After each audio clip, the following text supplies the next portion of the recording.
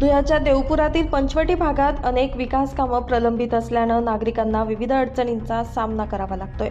यामुळे प्रलंबित असलेली विकास कामं तात्काळ सुरू करून मूलभूत सुविधा पुरवा अशा प्रकारच्या मागणीचं निवेदन पंचवटी देवपुरातील नागरिकांनी मनपा आयुक्तांना दिलं आहे।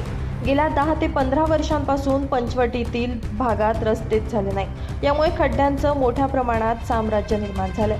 परिणामी अनेक वाहनांचा लहान मोठा अपघात या ठिकाणी नित्याचाच झालाय।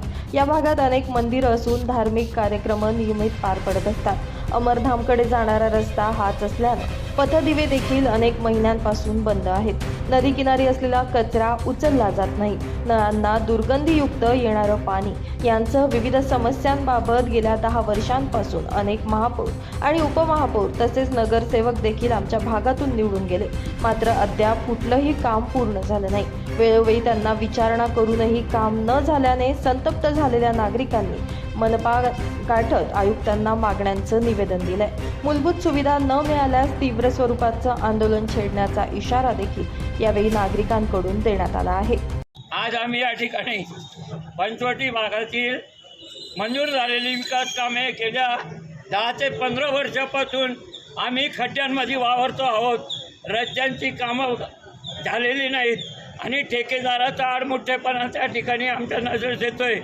आणि या ठिकाणी रस्ते इतके मोठे तुम्ही प्रत्यक्ष पाहून तिथं पाहणी करा आणि त्या रस्त्यांच्या खड्ड्यांमध्ये काही अपघात झाले आणि अनेकांचे चष्मे फुटले, कोणाचे टाके आले, कोणाला काय त्रास झाला, परंतु नगरसेवक कुठं आहे ते आम्हाला काही समजत नाही।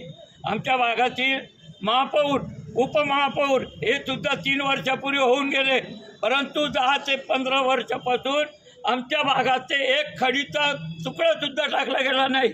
का बरं आम्ही पैसे भरत नाही का? पंचवटी भागात नागरिक राहत नाहीत का?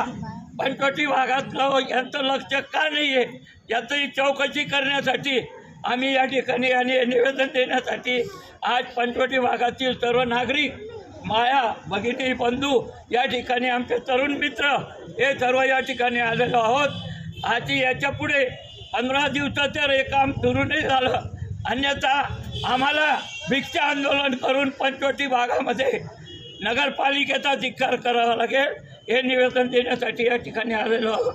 जय हिंद, जय Maharashtra. Bureau report, Lumbini news, Dhule.